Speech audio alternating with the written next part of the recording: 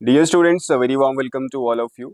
उम्मीद है आप सब अच्छे से होंगे। So this is our second class on general science for your different JK SSB exams. Specially अगर हम बात करें जो आपका forest inspector, forest wild life guard, जो आपका फॉरेस्ट प्रोटेक्शन फोर्स है, या फिर सोशल फॉरेस्ट्री वर्कर, इसके अलावा फॉरेस्टर, या फिर JK PSI plus different JK SSB exams जहाँ पे साइंस पूछी जाती है, उन एग्जाम्स के लिए हम यहाँ पे जनरल साइंस कवर कर रहे हैं।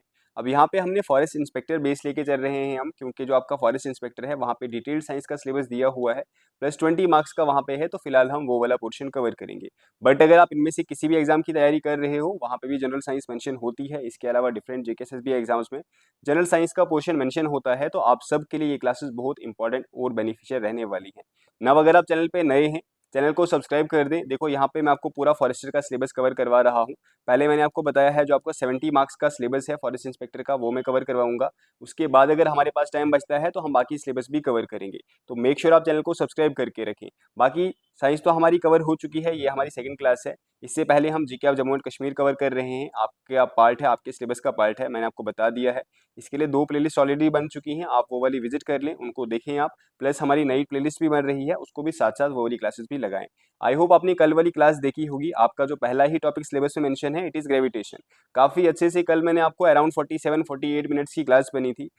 इवन दो हमने बस 20 एमसीक्यूज किए थे, बट अगर आपने क्लास देखी होगी तो आपको रियलाइज हो चुका होगा जो प्रॉमिस मैंने आपसे किया था कि मैं आपको सिर्फ एमसीक्यूज करवाऊंगा, बट एमसीक्यूज के थ्रू ही मैं आपको पूरा टॉपिक कवर कर दूंगा। अगर आपने कल की क्लास देखी है तो आप मुझे जरूर कमेंट सेक्शन में बताना क्या आपको उसी तरीके की क्लास चाहिए क्या। वैसे भी आपका रिस्पॉन्स जैसा मैंने एक्सपेक्ट किया था, जिस लेवल की मेहनत हुई थी क्लास पे, उस तरीके का नहीं मिला है। बट चलो आगे आगे आई होप, क्योंकि क्वालिटी कंटेंट इस तरीके का है, कंटेंट की क्वालिटी इस लेवल की है, आगे स्टूडेंट जरूर देखेंगे। और एटलीस्ट इतना सा आप अपनी साइड से कर देना कि जहाँ पे आप शेयर कर सकते हो, एटलीस्ट इतना सा कर लेना, क्योंकि मेहनत तो आपने कल देखी ली होगी, राइट। और कल मैंने जो आपको लास्ट टाइम जो क्वेश्चन पूछा था, इसका मैंने आपको बताया था कि इसका आंसर आप सबने कमेंट सेक्शन में देना है। अगर आपने कॉन्सेप्ट्स वगैरह काफ़ी अच्छे से पढ़े होंगे, जिन स्टूडेंट्स ने पढ़े थे उन्होंने आंसर दिया भी था कमेंट सेक्शन में। मैंने आपको पूछा था the mass of a body is 70 kg on earth. इसका मास मून पे क्या होगा, तो बताओ फटाफट से। और अगर आपको कल का याद होगा, मैंने बताया था आप दुनिया के किसी भी कोने पे जाओ, दुनिया को छोड़ो, आप यूनिवर्स के किसी भी कोने पे जाओ, आपका जो मास होगा, दैट इज मैटर, आपकी बॉडी में कितना प्रेजेंट है, quantity of matter present inside your body, वो सेम ही रहेगी, राइट। वो सेम ही रहेगी। तो अगर आपका मास यहाँ पे 70 kg है, तो आपका मास मून पे भी 70 kg ही होगा। आंसर रहेगा ऑप्शन 4 इसका राइट आंसर। आप में से कुछ स्टूडेंट्स ने इसका बिल्कुल सही आंसर दिया था।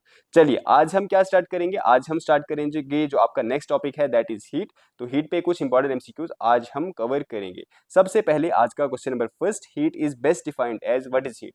Total energy content in a body, क्या इसको हम हीट बोलते हैं?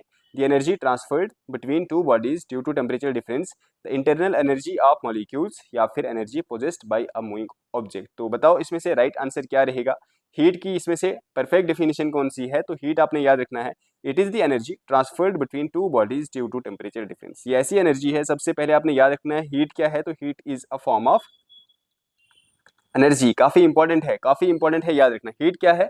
Heat is a form of energy. और ये ऐसी एनर्जी है जो एक बॉडी से दूसरी बॉडी में ट्रांसफर होती है। अब कौन सी बॉडी से ये कौन सी बॉडी में ट्रांसफर होगी वो भी आगे आपको मैं बताऊंगा, बट फर्स्ट ऑफ ऑल इसका राइट आंसर रहेगा ऑप्शन बी, राइट। नेक्स्ट अगर हम देखिए question number second, heat can be transferred from one body to another only if, कब आप हीट को ट्रांसफर कर सकते हो? Both bodies are of equal mass, both bodies are solid, there is a difference in temperature, या फिर the bodies are in vacuum. देखो एक चीज आपने ध्यान रखनी है, मतलब मान के चलो, अगर मैं मान के चलूँ ये कोई एक बॉडी है, इसका टेम्परेचर है 10 डिग्री सेल्सियस या फिर 100 डिग्री सेल्सियस, राइट। ये बी बॉडी है, इसका जो टेम्परेचर है, इसका भी टेम्परेचर 100 डिग्री सेल्सियस है।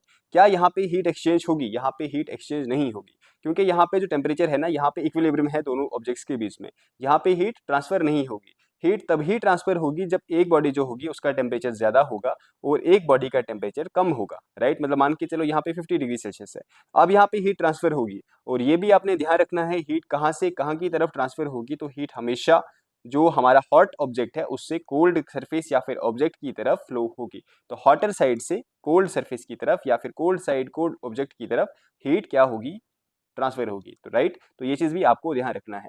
फर्स्ट ऑफ ऑल जहाँ पे टेम्परेचर डिफरेंस होगा, टेम्परेचर डिफरेंस में भी क्या, जो कम जिसका टेम्परेचर है वहां से जिसमें ज्यादा टेम्परेचर है वहां की तरफ होगा ये फ्लो हीट, या फिर जिसमें ज्यादा होगा उससे जहाँ पे कम होगा उसकी तरफ। तो याद रखना है ऑलवेज हीट ऑलवेज फ्लो, जहाँ पे ज्यादा हीट है मतलब कि हॉट ऑब्जेक्ट से कोल्ड ऑब्जेक्ट की तरफ हीट का फ्लो होगा। इसका राइट आंसर है heat can be transferred from one body to another if there is difference in temperatures, right. चलो अगर हम नेक्स्ट क्वेश्चन की बात करें, which are the following statements is correct, इसमें से पूछा गया है कौन सा स्टेटमेंट करेक्ट है।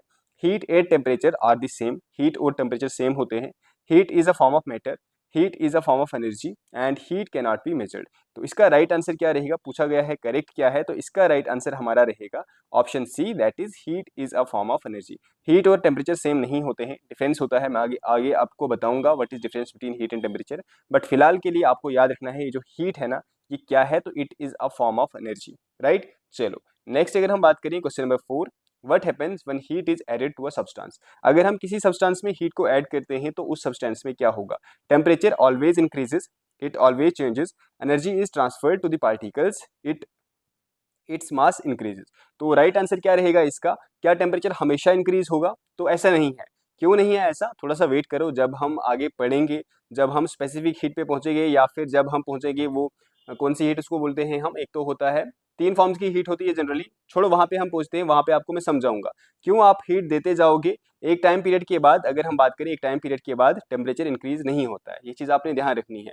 वो कौन सा पॉइंट है अभी मेरे माइंड से स्किप हो रहा है, आगे आएगा मैं आपको बताऊंगा। बट ये चीज आप याद रखना, जब भी आप हीट ऐड करोगे किसी भी सब्सटेंस में, energy is transfer to the particles, जो भी वहां पे पार्टिकल्स हैं उस सब्सटेंस में, उनमें क्या होती है, एनर्जी ट्रांसफर होती है। और ये चीज भी आपको पता होनी चाहिए, जितनी ज्यादा एनर्जी दोगे, जितनी ज्यादा हीट किसी ऑब्जेक्ट के अंदर होगी, एनर्जी उतनी ज्यादा होती जाएगी, एनर्जी उतनी ज्यादा होती जाएगी। ये चीज आपने ध्यान रखनी है। हीट आपके पास 10 है, मतलब 10, अभी आपको मैं ऐसा यूनिट बोलूंगा क्या है, ठीक है, अभी वेट करो, क्योंकि इट इज एनर्जी, तो बताओ एनर्जी का ऐसा यूनिट क्या होता है। यहीं पे वीडियो पॉज करो, देखो यहाँ पे टाइम है 6 minutes 40 seconds, 6 minute 40 seconds time lapse लगा, और मुझे बताओ, आप बताओ मुझे हीट का ऐसा यूनिट क्या हो सकता है आपके हिसाब से, हीट का ऐसा यूनिट क्या हो सकता है। आपको मैंने बताया है heat is a form of energy, तो अब बताओ, चलो थोड़ा सा दिमाग लगाओ और मुझे बताओ हीट का ऐसा यूनिट क्या होगा। मतलब मान के चलो 10 J, ठीक है, अभी मैं आपको सिंपल बोल रहा हूँ, आपके पास हीट है, तो इसके पास अगर 10 J है ना, तो इसके पास भी मान के चलो 10 एनर्जी होगी, ठीक है 10, यहाँ पे 20 कर दोगे ना, एनर्जी भी बढ़ जाएगी, एनर्जी भी 20 हो जाएगी। ऐसा नहीं है कि एनर्जी भी उतनी ही बढ़ेगी जितनी आप हीट बढ़ाओगे, मतलब कहने का मेरा ये मतलब है, किसी भी ऑब्जेक्ट के पास जितनी ज्यादा हीट होगी उसकी एनर्जी भी उतनी ज्यादा होती जाएगी। जितना हॉट कोई ऑब्जेक्ट होगा, जितना हॉट कोई ऑब्जेक्ट होगा, उतनी ज्यादा इसके पास क्या होगी, उतनी ज्यादा इसके पास एनर्जी होगी। जितना कम कोई, मतलब जितना कोल्ड कोई ऑब्जेक्ट होगा, उतनी कम इसके पास हीट होगी। Clear, very true. चलो नेक्स्ट अगर हम बात करें, इसका आंसर मैंने आपको बता दिया, ऑप्शन सी। नेक्स्ट क्वेश्चन की हम बात करें, हीट फ्लोज फ्रॉम फ्रॉम, ये मैंने आपको ऑलरेडी बता दिया, हीट कहाँ से कहाँ की तरफ फ्लो करती है, कोल्ड बॉडी से हॉट बॉडी की तरफ, हॉट बॉडी से कोल्ड बॉडी की तरफ, बोथ डायरेक्शंस, या फिर स्टेशनरी बॉडीज के बीच। तो देखो heat always flow from hot bodies to cold body, तो ये चीज आपको पता होना चाहिए, दैट इज ऑप्शन बी इसका राइट आंसर रहेगा। नेक्स्ट अगर हम बात करें एसआई यूनिट ऑफ हीट, चलो फटाफट से बताओ, आपको मैंने अभी बताया heat is a form of energy, ठीक है, heat is a form of energy, तो आप मुझे बताओ ऐसा यूनिट हीट का क्या हो सकता है इनमें से, कैलोरी, जूल, केल्विन, या फिर वाट। देखो जो इसका स्टैंडर्ड एसआई यूनिट जो इसका है ना, एसआई यूनिट वो कौन सा है, वो है एनर्जी वाला ही। एनर्जी वाला कौन सा है, एनर्जी का ऐसा यूनिट बताओ फटाफट से। यस, एनर्जी का ऐसा यूनिट जूल है, तो हीट का भी जो ऐसा यूनिट होगा वो जूल ही होगा, ये चीज आपको पता होनी चाहिए, राइट। चलो नेक्स्ट अगर हम बात करें question number 7, 1 calorie is equal to, एक कैलोरी कितने जूल्स के बराबर होती है, काफी इंपॉर्टेंट है। देखो आप जब कुछ खाते हो ना, आप जब कुछ खाते हो, आपने कोई पैकेट्स वगैरह कोई भी फूड आप लेते हो ना, उसके अंदर उसके ऊपर कुछ लिखा होता है कि इतने कैलोरीज, 300 कैलोरीज, 400 कैलोरीज, 500 कैलोरीज। मतलब क्या, ये 400 कैलोरीज क्या है, एक्चुअल में ये एनर्जी है, इतनी एनर्जी आपको प्रोवाइड की जाएगी, राइट, इतनी एनर्जी आपके पास मिलेगी।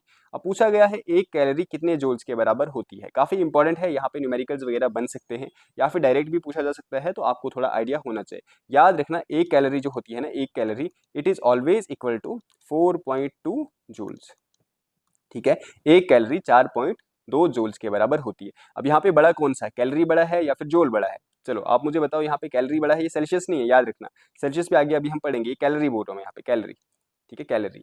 आप मुझे बताओ यहाँ पे कैलोरी बड़ा है या फिर जूल बड़ा है, ऑब्वियस सी बात है कैलोरी बड़ा है, एक कैलोरी 4.2 जूल्स के बराबर होता है। या फिर हम आप इसको इस तरीके से भी लिख सकते हैं कि 1 जूल जो होता है, 1 joule it is equal to around 0.239 calories के बराबर, या फिर रफ अराउंड इसको हम 0.24 कैलोरीज लिखते हैं, इस तरीके से भी लिखते हैं। तो 1 जूल जो है it is equal to 0.24 calories, या फिर 1 calorie is equal to 4.2 joules, right. तो ये चीज भी आपको पता होना चाहिए। जो एसआई यूनिट है एनर्जी का या फिर हीट का, वो क्या है, वो है जूल, बट हम कैलोरी के हिसाब से भी इसको लेते हैं, जो हम कभी कभार यूज करते हैं। चलो नेक्स्ट अगर हम बात करें, 1 joule is equal to 0.24 calories, ये मैंने आपको बता दिया, ये अराउंड 0.239 इतने कैलोरीज के बराबर है। Which instrument is use to measure heat energy, कौन सा इंस्ट्रूमेंट यूज होता है हीट एनर्जी को मेजर करने के लिए? थर्मोमीटर, कैलोरीमीटर, बैरोमीटर, या फिर हाइग्रोमीटर। तो इसका राइट आंसर क्या रहेगा? देखो काफी इंपॉर्टेंट क्वेश्चन है, हो सकता है आज से पहले अगर आपको ये क्वेश्चन देखने को मिलता, आपको लगता है यहाँ पे हीट है तो लगा देंगे थर्मोमीटर, बट बिल्कुल गलत आप हो जाते। इसका राइट आंसर जो रहेगा, इसका राइट आंसर रहेगा the instrument which is use to measure heat energy is calorimeter. काफी इंपॉर्टेंट है, तो याद रखना है आपने। थर्मोमीटर अलग है, वो भी आगे मैं आपको बताऊंगा, बट फिलहाल आपने इसका याद रखना है। Heat is denoted by which symbol, heat को हम किस सिंबल से डिनोट करते हैं? जैसे हम हर एक सिंबल, फोर्स को हम एफ से डिनोट करते हैं, मोमेंटम, एक्सेलरेशन, वेलोसिटी, अलग से हम हर चीज को डिनोट करते हैं, राइट। पूछा गया है हीट को हम किस सिंबल से डिनोट करते हैं। अब अगर आप फर्स्ट टाइम पढ़ रहे होंगे, आप बता दोगे इसका एच, ठीक है, H for heat, right. But ऐसा नहीं है, हीट को हम क्यू से डिनोट करते हैं, हीट को हम क्यू से डिनोट करते हैं, ये चीज आपको पता होनी चाहिए। सबसे पहले ऐसा यूनिट मैंने आपको बता दिया, जूल, ऐसा यूनिट जूल है। सिंबल क्या है हीट का? तो सिंबल इसका क्यू है, राइट। चलो नेक्स्ट अगर हम बात करें, the heat that causes a change in temperature of a substance is called, ऐसी हीट जिससे टेम्परेचर में चेंज होती है, उस हीट को हम क्या बोलते हैं? Latent heat, sensible heat, specific heat, absolute heat. अब देखो ये जो हीट्स है ना, ये आपको जबरदस्त तरीके से पता होनी चाहिए, यहाँ पे क्वेश्चंस बन सकते हैं, क्योंकि आपके सिलेबस में अलग से मेंशन, सीधे ही मेंशन है टॉपिक, तो हर एक चीज के बारे में आपको पता होनी चाहिए। अब देखो मान के चलो कोई ऑब्जेक्ट है, उसका हीट जो है, अच्छा चलो आप खुद की ही एग्जांपल ले लो, एक जो ह्यूमन बॉडी होती है ना, वैसे आगे क्वेश्चन है, छोड़ो वो वाला। कोई ऑब्जेक्ट है, उसका टेम्परेचर है 50 degree Celsius, right, 50 degree Celsius.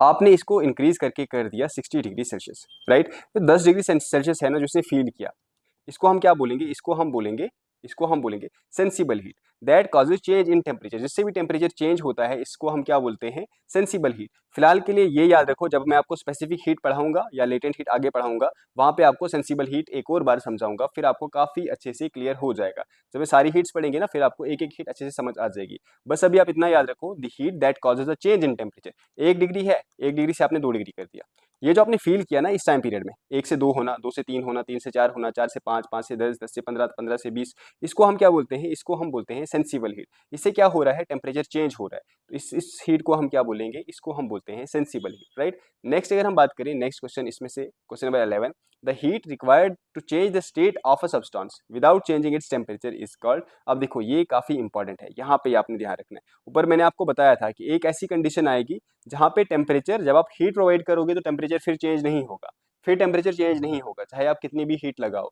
उसके बाद उस हीट को हम क्या बोलते हैं? The heat required to change the state of a substance without changing its temperature is called, ऐसी हीट को हम बोलते हैं स्पेसिफिक हीट। याद रखना है, नॉट स्पेसिफिक हीट, सॉरी, ऐसी हीट को हम बोलते हैं लेटेंट हीट। कौन सी हीट है ये? इसको हम बोलते हैं लेटेंट हीट। अब इसकी एग्जाम्पल क्या है इसकी? तो देखो इसकी एग्जाम्पल क्या है, इसकी एग्जाम्पल है, मान के चलो पानी है, राइट, पानी का टेम्परेचर है अभी 40 डिग्री, आपने पानी लिया, इसका टेम्परेचर है 40 डिग्री, राइट। आपने इसको बॉईल करना स्टार्ट किया, आपने इसको बॉईल किया किया किया 5 मिनट 10 मिनट जितना भी आपने बॉईल किया, ये आ गया 99 डिग्री, 99 डिग्री, 99 डिग्री। ये जो 40 डिग्री से 99 डिग्री सेल्सियस पे पहुंचा ना, ये जो 40 डिग्री से 99 डिग्री तक सेल्सियस तक पहुंचा, इस हीट को हम क्या बोलेंगे? ये हीट जो है ना, इसको हम बोलते हैं सेंसिबल हीट। ये जो हमने टेम्परेचर चेंज किया, बट क्या अभी तक स्टेट चेंज हुई है? हमें पता है स्टेट चेंज नहीं हुई है। क्यों नहीं हुई है?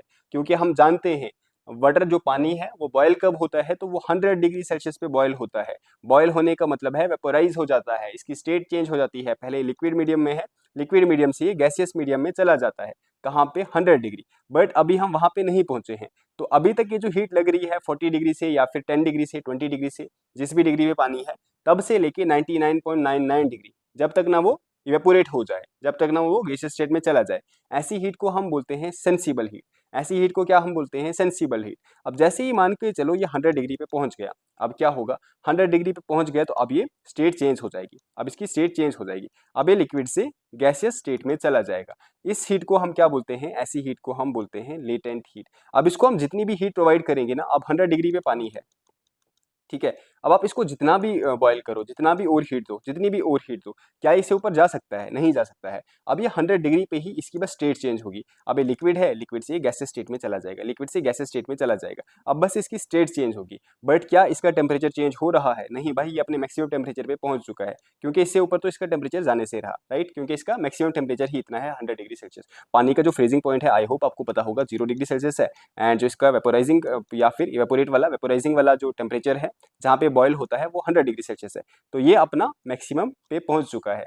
तो इस वाली हीट को हम क्या बोलते हैं? अब जो आप इसको हीट प्रोवाइड करोगे, इससे बस इसकी स्टेट चेंज होगी, इससे इसका टेम्परेचर चेंज नहीं होगा। ऐसी हीट को हम बोलते हैं लेटेंट हीट। क्लियर है? आई होप आप सबको बिल्कुल क्लियर है। चलो, अगर नेक्स्ट हम बात करें, नेक्स्ट अगर हम यहाँ पे बात करें, when ice melts into water the heat absorbed is. अब देखो, आप हीट को एब्जॉर्ब भी करोगे, आप हीट को एब्जॉर्ब भी करोगे। यहाँ पे हम हीट दे रहे हैं, यहाँ पे हम हीट दे रहे हैं, हीट एब्जॉर्ब भी होगी। जब आइस पानी में बदल बदल जाती है, यहाँ पे फिर से देखो, यहाँ पे स्टेट चेंज हो रही है, तो ऐसी हीट को हम क्या बोलेंगे? ऊपर मैंने आपको बता दिया, this type of heat is known as latent heat. अगर हम लेटेंट हीट की एग्जांपल दे दें, latent heat is used to, latent heat हम किस लिए यूज करते हैं? Increase temperature, change the mass, change the state, reduce pressure. काफी इजी क्वेश्चन है। Latent heat is used to change the state. Next question की अगर हम बात करें, the amount of heat required to raise the temperature of 1 gram of a substance by 1 degree Celsius. 1 gram, 1 kg, कुछ भी ले लो, 1 unit. अगर आपने किसी भी सब्सटेंस का 1 डिग्री सेल्सियस से उसका टेम्परेचर बढ़ाना है, ऐसी हीट को हम क्या बोलते हैं? तो ऐसी हीट को हम बोलते हैं स्पेसिफिक हीट। काफी इंपॉर्टेंट है, याद रखना है कि ऐसी हीट को हम क्या बोलते हैं? ऐसी हीट को हम बोलते हैं स्पेसिफिक हीट। जब भी आपने heat required to raise the temperature of 1 gram, 1 kg, 1 litre, ठीक है, of a substance by 1 degree Celsius, 1 degree Celsius से, ऐसी हीट को हम क्या बोलते हैं? Specific heat. आई होप आपको काफी अच्छे से समझ आ गया। मैंने आपको बताया, सबसे पहले हमने पढ़ा सेंसिबल हीट क्या होती है, मैंने आपको बता दिया। हमने पढ़ा लेटेंट हीट, मैंने आपको वो भी आपको बता दिया। देन हमने पढ़ा स्पेसिफिक हीट। आई होप आपको डिफरेंस सब क्लियरली पता चल चुका होगा। नेक्स्ट अगर हम बात करें, during the boiling of a water at 100 degree Celsius the heat given is. अब कोई पानी ऑलरेडी 100 डिग्री सेल्सियस पे बॉयल हो रहा है। अब जो आप इसको हीट दे रहे हो, ये कौन सी हीट है? शाबाश बताओ, शाबाश बताओ मुझे फटाफट से। अब जो आप इसको हीट दे रहे हो, ये कौन सी हीट है? तो it is specific, not specific but latent heat, right. अगर पानी, मतलब मान लो 1 लीटर या फिर 1 ग्राम पानी या फिर कोई भी मान के चलो, कोई भी सब्सटेंस, वो 50 डिग्री सेल्सियस पे है। अब आपने इसको 51 डिग्री सेल्सियस पे ले जाना है, ठीक है, 1 डिग्री टेम्परेचर आपने चेंज करना है। इस हीट को हम क्या बोलेंगे? इसको हम बोलेंगे स्पेसिफिक हीट, राइट। चलो, नेक्स्ट अगर हम बात करें, the temperature of a substance does not rise even after continuous heating the heat supplied is. ये तो हमने पढ़ लिया already. Loss to surrounding, use as sensible heat, use as latent heat, right. देखो यहाँ पे सब्सटेंस का बोला गया है, इसका जो टेम्परेचर चेंज नहीं हो रहा है, इसका ये मतलब है कि इसकी बस स्टेट चेंज हो रही है। ये सॉलिड से लिक्विड, लिक्विड से गैसेस फॉर्म में चला जा रहा है। तो इस हीट को हम क्या बोलते हैं? This heat is use as latent heat, right, जिससे स्टेट चेंज हो रही है। नेक्स्ट अगर हम बात करें, which are the following types of heat can be measured by a thermometer. इसमें से थर्मोमीटर में हम कौन सी हीट मेजर कर सकते हैं? Sensible heat, latent heat. देखो, लेटेंट हीट को आप मेजर नहीं कर सकते हो, ठीक है। हम इसमें से बात अगर करें, we can only measure sensible heat, right. Next हम बात करें, which are the following changes involve latent heat. इसमें से कौन सी चेंजेस इन्वॉल्व करती हैं लेटेंट हीट, मतलब कि कौन सी एग्जांपल है इसमें लेटेंट हीट की? Heating iron rod, iron rod को आपने हीट किया, क्या ये मतलब इन्वॉल्व करता है लेटेंट हीट? फिलहाल आप हीट कर रहे हो, क्या यहाँ पे स्टेट चेंज हो रही है? नहीं हो रही है। इवेपोरेशन ऑफ वाटर, क्या यहाँ पे स्टेट चेंज हो रही है? हो रही है। मेल्टिंग ऑफ वैक्स, यहाँ पे वैक्स जो है मेल्ट हो रही है, क्या ये स्टेट चेंज हो रही है? यहाँ पे भी हो रही है। देखो, यहाँ पे आप आयरन रॉड को इतना हीट करो, इतना हीट करो कि ये भी अल्टीमेटली मेल्ट हो जाए, ये भी अल्टीमेटली मेल्ट हो जाए, फिर तो यहाँ पे भी लेटेंट हीट हम इन्वॉल्व कर लेंगे। बट यहाँ पे मेल्टिंग का वहाँ वो कंसेप्ट नहीं दिया हुआ है, यहाँ पे बस आपने हीट किया, इसको बस गर्म किया हुआ है, तो ये नहीं आएगा। बाकी दो ही इसके आंसर आएंगे, तो आंसर हमारा रहेगा बोथ बी एंड सी, क्योंकि यहाँ पे भी स्टेट चेंज हो रही है, यहाँ पे स्टेट चेंज हो रही है, राइट। नेक्स्ट अगर हम बात करें, द डिग्री ऑफ हॉटनेस और coldness is known as heat, energy, temperature या फिर प्रेशर। बचपन से पढ़ते आ रहे हैं। द डिग्री ऑफ हॉटनेस और कोल्डनेस, कितना गर्म कोई या फिर कोल्ड कोई ऑब्जेक्ट है जो आप महसूस करते हो, उसको हम टेम्परेचर बोलते हैं। देखो, आप किसी भी ऑब्जेक्ट को हीट दोगे ना, किसी भी ऑब्जेक्ट को आप हीट दोगे ना, क्या उस बॉडी के अंदर हीट बढ़ेगी? उस बॉडी के अंदर हीट बढ़ेगी। आप जब डॉक्टर के पास जाते हो कि भाई फीवर आया है मुझे, क्या आपके अंदर हीट होती है? हीट नहीं होती, उसे हम बोलते हैं टेम्परेचर। आप जितना हीट किसी बॉडी को दोगे, उसका टेम्परेचर बढ़ेगा। ऐसा नहीं कि उसकी हीट बढ़ रही है, उसका टेम्परेचर बढ़ रहा है, राइट। अगर इस बॉडी से क्या टेम्परेचर चेंज होता है? टेम्परेचर कभी भी चेंज नहीं होता, या फिर पास नहीं होता है। टेम्परेचर एक बॉडी का सेम रहता है, बस हीट पास होती है। ये चीज़ आपने याद रखनी है। अब देखो कैसे, आपने किसी ऑब्जेक्ट को फोर्स दी, ये कोई कार है या फिर कोई साइकिल है, आपने इस साइकिल को फोर्स लगाई पीछे से, क्या साइकिल के अंदर फोर्स आएगी? क्या साइकिल के अंदर फोर्स आएगी? नहीं भाई, साइकिल के अंदर फोर्स नहीं आएगी। साइकिल के अंदर क्या आएगी? तो साइकिल के अंदर एक्सेलरेशन आएगी, वेलोसिटी चेंज होगी, इसकी वेलोसिटी चेंज होगी, राइट। इसके अंदर एक्सेलरेशन आएगी, इसकी वेलोसिटी चेंज होगी। वैसे ही जब किसी ऑब्जेक्ट को हम हीट देते हैं ना, तो इसके अंदर हीट नहीं आती है, इसके अंदर टेम्परेचर बढ़ता है, ठीक है। हीट देंगे टेम्परेचर बढ़ेंगे, हीट इसे निकालेंगे तो टेम्परेचर इसका कम होगा। ये चीज आपको ध्यान रखनी है। The process of heat transfer through solid is called, देखो थ्रू सॉलिड से जब ट्रांसफर होती है ना हीट, इसको हम क्या बोलते हैं? अब आपने आयरन रॉड, आई होप आप में से काफी सारे लोगों ने कभी ना कभी तो आयरन रॉड को मतलब ये वाला एक्सपेरिमेंट तो किया होगा, या फिर आयरन रॉड के अलावा भी किसी और लकड़ी वगैरह। बट क्योंकि आयरन अच्छा कंडक्टर है हीट का, तो इसलिए मैं आपको बता रहा हूँ। लाइक आप ये वाला पोर्शन अगर आपने सन में रखा होगा आधा पोर्शन, या फिर आपने आग में डाला होगा, इतना सा पोर्शन आपने आग में डाला, बट आप महसूस करेंगे ना कि ये पोर्शन अगर आग में है, ये वाला पोर्शन आग में नहीं है, स्टिल ये वाला पोर्शन भी पूरा गर्म हो जाता है, ये वाला पोर्शन भी पूरा गर्म हो जाता है। आप कार के अंदर बैठे होंगे, राइट। समर्स में आप सब कार के अंदर बैठते हैं, देखो ऊपर से तो पूरा कार मतलब बंद होती है, बट अंदर की जो चीजें होती है ना, अंदर की चीजें वो भी गर्म हो जाती है, ठीक है, वो भी गर्म हो जाती है। तो ये कैसे होती है? इस प्रोसेस को हम क्या बोलते हैं? The process of heat transfer through solids is called, इस प्रोसेस को हम बोलते हैं कंडक्शन। कंडक्शन में क्या होता है? अब ये चीज आपने ध्यान देनी है। कंडक्शन में क्या होता है? कंडक्शन में क्या होता है कि मान के चलो आपने ये वाला पार्टिकल गर्म किया, इस वाले पार्टिकल को आपने गर्म किया, ये वाला, ये क्या करेगा? ये टच से ये पार्टिकल अपने टच से इसको भी गर्म करेगा, इसके टच से ये गर्म होगा, इसके टच से ये गर्म होगा, इसके टच से ये गर्म होगा, ऐसे ऐसे ऐसे ऐसे टच होते होते होते पूरा पीछे तक गर्म हो जाएगा, राइट। अब इतना नहीं होगा जितना ये गर्म है, इतना ये गर्म नहीं होगा ये वाला area, but yes through touching ये क्या करेंगे? ये बाकी एरिया को भी गर्म कर देंगे। इसको हम क्या बोलते हैं? इसको हम कंडक्शन बोलते हैं। जनरली ये सॉलिड्स में होता है, जनरली ये सॉलिड्स में होता है। लिक्विड्स और गैसेस में क्यों नहीं होता है, आगे मैं आपको बताऊंगा कन्वेक्शन के टाइम। बट जो कंडक्शन होता है ना, जहाँ पे हीट ट्रांसफर हो रही होती है सॉलिड्स के बीच, इसको हम क्या बोलते हैं? इसको हम कंडक्शन बोलते हैं। यहाँ पे क्या होता है? यहाँ पे टच से पार्टिकल्स एक दूसरे को टच करते करते हीट को ट्रांसफर करते हैं। ये इसके साथ टच होगा, मतलब ऑब्वियसली बात है टच ही है, टच होते होते होते हीट जो है वो ट्रांसफर हो रही है, ठीक है। यहाँ पे पार्टिकल्स मूव नहीं करेंगे क्योंकि डेंसिटी इतनी हाई है कि जगह नहीं है पार्टिकल्स को मूव करने के लिए। यहाँ पे बस टचिंग से ही हीट ट्रांसफर होगी। इसको हम क्या बोलते हैं? इसको हम कंडक्शन बोलते हैं। जनरली यहाँ ये किसके बीच होती है? जनरली ये सॉलिड्स में होती है, राइट। नेक्स्ट अगर हम बात करें, next which method of heat transfer does not require a medium, इसमें से मीडियम किस हीट मतलब किस मोड में नहीं चाहिए होता है? तो याद रखना है आपने, रेडिएशन। जैसे सन से आपको पता होगा, सन से हमारे पास रेज आते हैं बाहर, हम आप धूप में बैठो आपको गर्मी महसूस होगी, वहां पे ना ही कन्वेक्शन हो रही है ना ही कंडक्शन हो रही है, ठीक है। ऐसे नहीं कि सन की वजह से कोई सीढ़ी बीड़ी या फिर कोई ऐसी चीज जुड़ी हुई है जो आप तक पहुंच रही है, आप गर्म हो रही हो, तो यहाँ पे कोई भी मीडियम रिक्वायर नहीं होता है रेडिएशन में, तो ये चीज आपको पता होनी चाहिए। बाकी कंडक्शन और कन्वेक्शन में तो रिक्वायर्ड होता है, राइट। आंसर इसका रहेगा ऑप्शन सी। नेक्स्ट अगर हम बात करें, in which method does heat transfer by movement of particles in a fluid और गैसेज, ठीक है, दोनों में होगा, फ्लूइड्स में भी होगा, गैसेस में भी होगा। अब यहाँ पे क्या होता है ना, देखो आपने कन्वेक्शन, आई होप जियोग्राफी अगर आपने पढ़ी है तो आपने कन्वेक्शन प्रोसेस तो जरूर पढ़ा होगा। इससे क्या होता है, मतलब मान के चलो यहाँ पे कोई ऑब्जेक्ट है, ठीक है। अर्थ आपको पता होगा, अर्थ सनलाइट पड़ती है अर्थ पे और यहाँ पे अर्थ गर्म हो जाती है, राइट। अब इसके टच में जो पार्टिकल्स है ना, ये गर्म हो जाते हैं, ये गर्म हो गए, ये गर्म हो गए। ये क्या करेंगे? जैसे ये गर्म हो गए ना, एक्साइटेड स्टेट में आते हैं तो ये ऊपर जाएंगे, ये खुद मूवमेंट करेंगे, खुद चले जाएंगे, खुद ये खुद चले जाएंगे, ठीक है, खुद चले जाएंगे। याद रखना है यहाँ पे पार्टिकल्स की मूवमेंट हो रही है।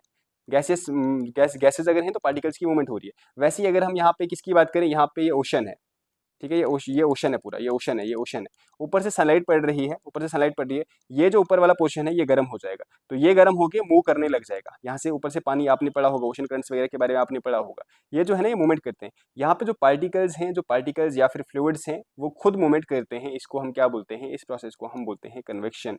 याद रखना है, जनरली जो कन्वेक्शन होती है ना, ये कौन सी होती है? ये वर्टिकल मूवमेंट्स होती है। ये कन्वेक्शन जनरली वर्टिकल मूवमेंट्स होती हैं पार्टिकल्स की, राइट। एंड फ्लूइड्स की तो वैसे ही होती हैं, ये चीज आपने याद रखनी है। जो एडवेक्शन होती है, एडवेक्शन में जनरली हॉरिजॉन्टल मूवमेंट होती है। बस इतना सा ध्यान रखना, यहाँ पे पार्टिकल्स मूव करते हैं और पार्टिकल्स वहीं पे मूव करेंगे जहाँ पे डेंसिटी उतनी ज्यादा नहीं होगी। अब ये कहाँ पे नहीं होती है डेंसिटी ज्यादा? जनरली फ्लूइड्स में एंड गैसेस में, राइट। सॉलिड्स में तो कंडक्शन ही होती है जनरली। आई होप क्लियर होगा। और रेडिएशन का तो मैंने आपको ऑलरेडी बता दिया। नेक्स्ट अगर मैं बात करूँ, heat from sun reaches earth by, already मैंने आपको बता दिया, that is option C, radiation. Next हम बात करें, which are the following is the best conductor of heat. अब इसमें से पूछा गया है बेस्ट कंडक्टर हीट का कौन सा है। वुड हमें पता है नहीं है, एयर भी नहीं है, प्लास्टिक भी नहीं है, इनमें से पूछा गया है, तो इनमें से copper is best conductor of heat, इनमें से, राइट। चलो, land and sea breezes are caused by, land breezes और सी ब्रिजेस किसकी वजह से होती हैं? Conduction, radiation, friction convection. ठीक है, काफ़ी इजी है। देखो ये अप्लाइड क्वेश्चंस हैं, आपने कॉन्सेप्ट समझ लिया, कन्वेक्शन क्या है, कंडक्शन क्या है, रेडिएशन क्या है, तो बाकी अब आप खुद ही लगा लोगे, राइट। चलो, which law states that a good absorber of heat is also a good ammeter of heat. ठीक है, मतलब कि जो कोई एब्जॉर्ब करता है ना हीट को, जितना गुड कोई एब्जॉर्बर है हीट का, आपने अगर देखा होगा ना, जनरली आप ब्लैक टी शर्ट्स तो पहनते होंगे, या फिर ब्लैक कोई कपड़े आप मतलब पहनते ही होंगे ऑब्वियसली।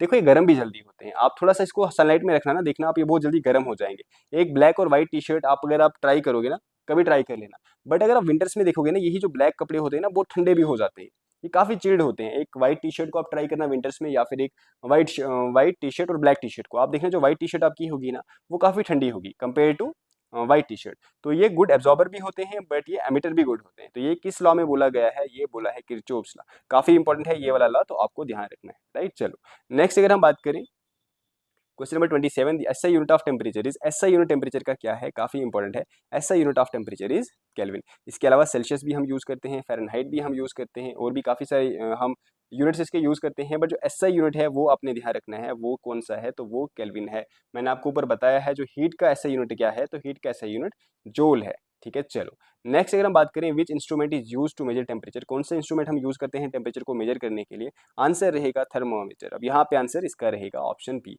ऊपर हमने कैलोरीमीटर ऑलरेडी पढ़ लिया, टू मेजर हीट। नेक्स्ट हम बात करें, 0 degree is the freezing point of water in, 0 degree freezing point है पानी का, बट कहाँ पे, कौन से मीडियम है, ये भी आपने ध्यान रखना है, मतलब कौन सी स्केल पे, Celsius scale, Fahrenheit scale, kelvin scale, या फिर र्यूमर स्केल। तो इसका राइट आंसर रहेगा 0 डिग्री फ्रीजिंग पॉइंट है पानी का, जहाँ पे पानी फ्रीज हो जाता है, स्टेट चेंज कर देता है ऑन सेल्सियस स्केल। अब ये भी थोड़ा सा ध्यान रखना, यहाँ पे कुछ पॉइंट्स हैं काफी इंपॉर्टेंट है, क्योंकि इसके बेसिस पे ही आगे आपने काफी सारे क्वेश्चंस निकालने होते हैं। और आज आपको मैं ऐसा फॉर्मूला बताऊंगा कि आप आगे कभी, मतलब आप आज तक बड़े कंफ्यूज हो गए होंगे कि इतना डिग्री सेल्सियस इसको हम केल्विन में या फिर फ़ारेनहाइट में हम कैसे कैसे वो करें, राइट। बट आज आपको टेंशन नहीं लेनी है, यहाँ पे केल्विन नहीं, यहाँ पे फ़ारेनहाइट होगा। ठीक है, फ़ारेनहाइट होगा यहाँ पे। तो आपने ये चीज यहाँ पे ध्यान रखनी है, जो फ्रीजिंग पॉइंट है ना पानी का, फ्रीजिंग पॉइंट वो है 0 डिग्री सेल्सियस, और जो बॉइलिंग पॉइंट है पानी का वो है 100 डिग्री सेल्सियस।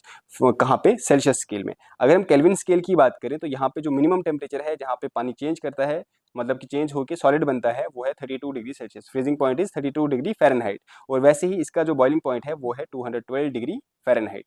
केल्विन स्केल की हम बात करें, तो पानी का जो फ्रीजिंग पॉइंट है वो है 273 केल्विन, एंड अगर हम बात करें इसका जो बॉइलिंग पॉइंट है वो है 373 केल्विन। ठीक है, ये कुछ वैल्यूज हैं, आपको याद करनी पड़ेंगी। देखो ये दो तीन तो आपको याद ही होंगी, आई थिंक 0 एंड 100 तो आपको पता होगा, सेल्सियस, केल्विन का भी आपको पता होगा, फ़ारेनहाइट का भी आपने याद रखना। ठीक है, ये फ़ारेनहाइट है, फ़ारेनहाइट का भी याद रखना। 32 is it's freezing point of water, and 212 Fahrenheit is it's boiling point, right. क्योंकि आगे क्वेश्चंस आने हैं, तो थोड़ा सा ध्यान रखना। नेक्स्ट अगर हम बात करें, normal temperature of human body is, normal temperature एक ह्यूमन बॉडी का कितना होता है, 32 डिग्री सेल्सियस, 37, 45 या फिर 61। तो यहाँ पे डिग्री सेल्सियस में पूछा गया है, सेम ही यूनिट्स है, तो आंसर रहेगा 37 डिग्री सेल्सियस, राइट। नेक्स्ट अगर हम बात करें, eight which temperature both centigrade and Fahrenheit have same value. पूछा गया है कौन सी वैल्यू पे सेंटीग्रेड एंड फ़ारेनहाइट की सेम वैल्यू रहेगी। देखो इसका राइट आंसर है -40। अब ये कैसे आता है ना, आपको मैं बताऊंगा, एक फॉर्मूला आपने याद रखना है। फिर आपके जितने भी दुख दर्द पीड़ा है ना आपकी, कि सर ये सेल्सियस को हम फ़ारेनहाइट में कैसे कन्वर्ट करें, फ़ारेनहाइट दिया होगा केल्विन में कैसे कन्वर्ट करें, केल्विन में दिया होगा ये र्यूमर्स में कैसे कन्वर्ट करें, ये जो स्केल्स हैं ये डिफरेंट कन्वर्टिबिलिटी कैसे करें। तो एक फॉर्मूला आपने याद रखना है, कौन सा वाला, C/5 is equal to F-32/9 which is equal to K-273/5 which is equal to R/4। क्या पूरा का पूरा फॉर्मूला याद रखना है, रख लो। बट देखो अब आपको कंपेयर करने के लिए जो दिया होगा ना, आपने बस वो वाली वैल्यूज वहां पे डालनी है। मान के चलो आपको दिया है सेल्सियस को आपने फ़ारेनहाइट में कन्वर्ट करना है, आपने बस ये दो वैल्यूज लेनी है। अगर आपको बोला होगा सेल्सियस को केल्विन में कन्वर्ट करो, आपने ये वाली वैल्यू और ये वाली वैल्यू लेनी है।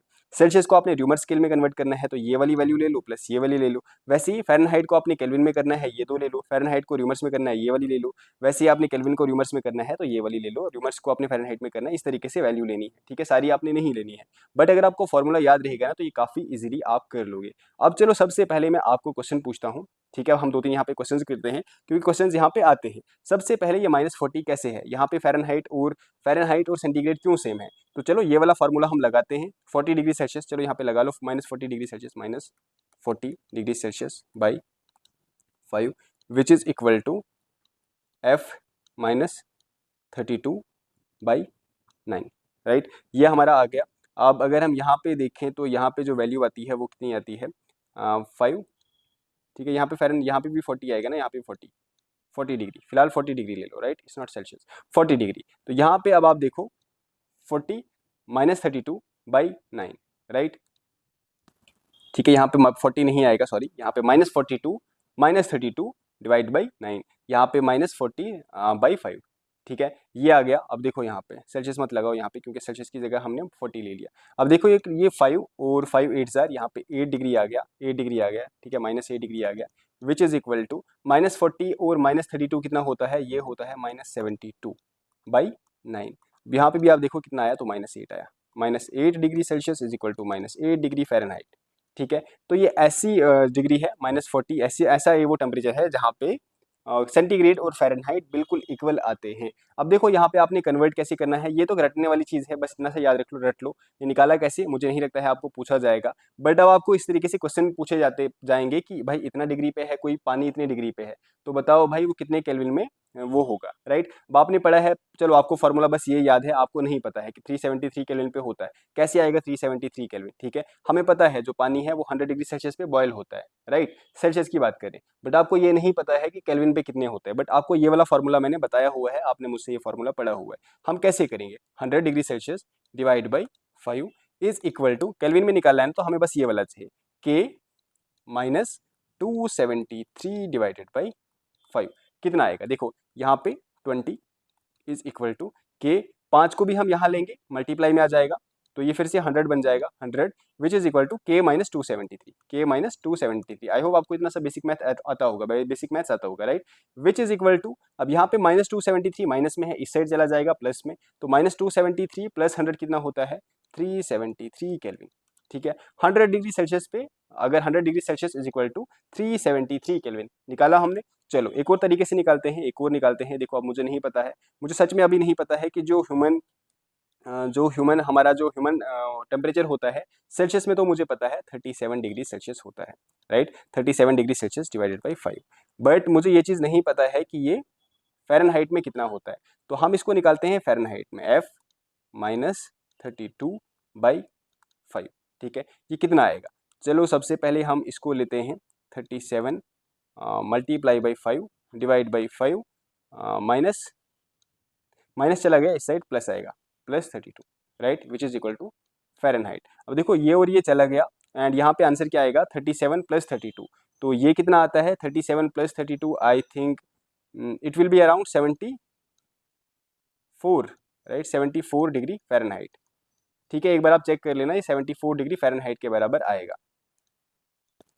वेट, हमने शायद फॉर्मूला गलत लगाया है, देखो यहाँ पे, हाँ हाँ हाँ, हमने यहाँ पे 5 लिया है, 5 नहीं है, यहाँ पे 9 है, राइट, तो इसीलिए 74 आ रहा है, क्योंकि 74 नहीं आना चाहिए। देखो C/5 हमने किस में निकालना है, हमने निकालना है 37 डिग्री सेल्सियस जो है वो हमने निकालना है फ़ारेनहाइट में, राइट, तो 30, यहाँ पे 9 था, हमने 5 लिया, which is equal to F minus 32/9, right. चलो अब C कितना है 37, ठीक है, अब यहाँ से 9 इस तरफ ले लेंगे हम, right, 37 × 9 divide by 5 which is equal to F minus 32, right. अब देखो यहाँ पे एक और काम करते हैं हम, पहले F को इसी साइड रखते हैं, अभी हमें अगर मल्टीप्लाई करना है तो ये कितना आता है, चलो मल्टीप्लाई आप कैलकुलेट खुद ही कर लेना, ठीक है, जो ये कितना आएगा। देखो अगर हम इस तरफ 37 मल्टीप्लाई बाई 9, यहाँ पे प्लस ये भी आ जाएगा, +32, ठीक है, divide by 5 which is equal to Fahrenheit. अब अगर आप इसको कैलकुलेट करोगे ना तो ये 98 समथिंग फ़ारेनहाइट आ जाएगा इसका आंसर, ठीक है। तो इस तरीके से आप क्वेश्चन निकाल सकते हो। चलो एक बार अब हम केल्विन का भी निकालते हैं, अगर आपको डिग्री सेल्सियस में दिया है तो आप केल्विन कैसे निकाल सकते हो। सबसे पहले हम लेते हैं इसका, देखो यहाँ पे फार्मूला दिया हुआ है, अब मान के चलो 37 डिग्री सेल्सियस है, ठीक है, सेम टेम्परेचर है, बॉडी टेम्परेचर, केल्विन में कितना आएगा ये, तो फिर से फार्मूला लगाओ, C/5 which is equal to K minus 273/5, ठीक है। अब देखो यहाँ पे 37 है, 37 इसी तरीके से ले लो, डिवाइड बाई मल्टीप्लाई बाई 5, क्यों, क्योंकि यहाँ से यहाँ चला जाएगा तो मल्टीप्लाई हो जाएगा ना, डिवाइड बाई ये वाला जो 5 है वो ऐसे ही, is equal to K minus 273। अब देखो ये और ये कैंसिल हो गया, अब आप यहाँ पे देखो, यहाँ पे केल्विन, यहाँ पे माइनस में है, इस तरफ आप लोगे तो प्लस में हो जाएगा, राइट, तो 37 + 273 इज इक्वल टू केल्विन। जब आप इसको प्लस करोगे 7 और 3 कितना होता है 10, ठीक है, 1 आएगा, 7 और 3 10 और 1 11, एंड 2 और कितना होता है 3 ठीक है, ये जो भी है कैलकुलेट यहाँ पे, अच्छा ये तो आएगा नहीं, 2+1 310, ठीक है, तो कितना आएगा, केल्विन इज इक्वल टू 310। जो हमारा बॉडी टेम्परेचर होता है ना 37 डिग्री सेल्सियस, वो केल्विन में कितना होता है, वो केल्विन में 310 केल्विन होता है, राइट। फ़ारेनहाइट में 98 पॉइंट समथिंग होता है। अगर हम र्यूमर स्केल की बात करें, र्यूमर स्केल में कितना होगा, तो वो भी एक बार हम देख ही लेते हैं यहाँ पे कितना होगा। तो चलो फिर से कैलकुलेट करते हैं हम। वैसे ये वाला कम पूछा जाता है, जनरली केल्विन और फ़ारेनहाइट में ही पूछा जाता है, बट आपकी दिल की तसल्ली के लिए मैं कर रहा हूँ। बाकी फिर आपने सिर्फ वैल्यू ही तो पुट करनी है, बाकी बेसिक मल्टीप्लिकेशन सेम है, फॉर्मूला आपको याद होना चाहिए। सी 37 है, डिवाइड बाई 5। र्यूमर्स की बात करें हम, r/4 which is equal to r/4, right. अब देखो यहाँ पे सिंपल सी बात है, 37 multiply by 4 divided by 5 is equal to r। आप इसको मल्टीप्लाई कर लो, जो भी वैल्यू आएगी वो हमारा बॉडी टेम्परेचर र्यूमर स्केल पे होगा। इजी है, काफ़ी ज़्यादा इजी है। बाकी आप मुझे ज़रूर आंसर देना। आपको मैं एक क्वेश्चन दे रहा हूँ, इसका आंसर आप कमेंट सेक्शन में दे दो, फिर हम आगे क्वेश्चन की तरफ बढ़ते हैं। आप मुझे बताओ 20 डिग्री केल्विन, 20 डिग्री केल्विन नहीं, आप लेके चलो 320 केल्विन, 320 केल्विन फ़ारेनहाइट में कितना होगा, 320 केल्विन कितने फ़ारेनहाइट्स के इक्वल होगा, कितने फ़ारेनहाइट्स के इक्वल होगा। जरा आंसर दे दो, मैं भी देखूं आपको कॉन्सेप्ट समझ आया है या फिर नहीं। चलो नेक्स्ट अगर हम बात करें, which temperature shows maximum density of pure water, किस टेम्परेचर पे जो हमारा पानी है उसकी डेंसिटी मैक्सिमम होती है। काफी बार ये वाला क्वेश्चन पूछा गया है, तो रट के रख लो, जो पानी है इसका जो डेंसिटी होती है 4 डिग्री सेल्सियस पे मैक्सिमम होती है, याद रखना है आपने, राइट। हु इन्वेंटेड कैलोरीमीटर, जिससे हम हीट को मेजर करते हैं, इसको किसने इन्वेंट किया था, काफी इंपॉर्टेंट क्वेश्चन है, याद रखना है, एंटनी लेवाइजर एंड लेप्लिस, काफी इंपॉर्टेंट क्वेश्चन है। जो कैलोरीमीटर है जिससे हम हीट को मेजर करते हैं, it was invented by Antoine Lavoisier and Laplace. Who invented the first thermoscope, पहला थर्मोस्कोप किसने इन्वेंट किया था, इसका राइट आंसर रहेगा गैलीलियो गैलीली। याद रखना है, ये करंट जो मॉडर्न डे हमारा थर्मोमीटर है ना, ये वो वाला नहीं है, बट ये फर्स्ट थर्मोस्कोप है। जो मॉडर्न डे थर्मोमीटर है, इसका भी याद रखना, इसको किसने इन्वेंट किया था, तो इसको इन्वेंट किया था गैब्रिएल फ़ारेनहाइट। जो मर्क्यूरी वाला है ना, मर्क्यूरी वाला, मर्क्यूरी वाला, इसको किसने इन्वेंट किया था, इसको इन्वेंट किया था फ़ारेनहाइट ने। बट सबसे पहला थर्मामीटर अगर आपको पूछा जाए सबसे पहला किसने इन्वेंट किया था, तो आंसर रहेगा गैलीलियो गैलीली, राइट। एंड हमारा नेक्स्ट क्वेश्चन है, नेक्स्ट क्वेश्चन की अगर हम बात करें, what is the symbol of mercury, जो कि हमारे थर्मामीटर्स में प्रेजेंट होता है, ये वाला एलिमेंट, ये वाला मेटल, इसका सिंबल क्या है, MAU, HG या फिर AG। तो आप मुझे इसका आंसर दे दोगे कमेंट सेक्शन में, ठीक है। ये आपका आज का क्वेश्चन है, क्वेश्चन ऑफ द डे। और आपको आज की क्लास कैसी लगी, मेक श्योर अपनी साइड से फुल सपोर्ट आप सब दिखाएं, क्लास को लाइक करके शेयर करके। देखो जिस तरीके का आपका सपोर्ट होगा, मेहनत तो आप सब देख रहे हो, पूरा टॉपिक हीट का आपका जो है सिर्फ MCQs के थ्रू ही कवर करवा दिया मैंने, कितने सारे 35 MCQs लाए। मैं नहीं चाहता था कि आपका कोई भी क्वेश्चन यहाँ से छूटे, जो भी JKSSB के लेवल के क्वेश्चन हैं वो सारे हमने कवर करने की कोशिश की है। स्टिल अगर कहीं हमने अपडेट करना होगा, वो हम हमारे मॉक टेस्ट में भी कवर कर लेंगे, ठीक है। चलो मिलते हैं नेक्स्ट क्लास में। आपकी कोई राय है, कोई सजेशन है, जरूर कमेंट सेक्शन में दे दो। तब तक के लिए take care everyone, have a good day and bye bye.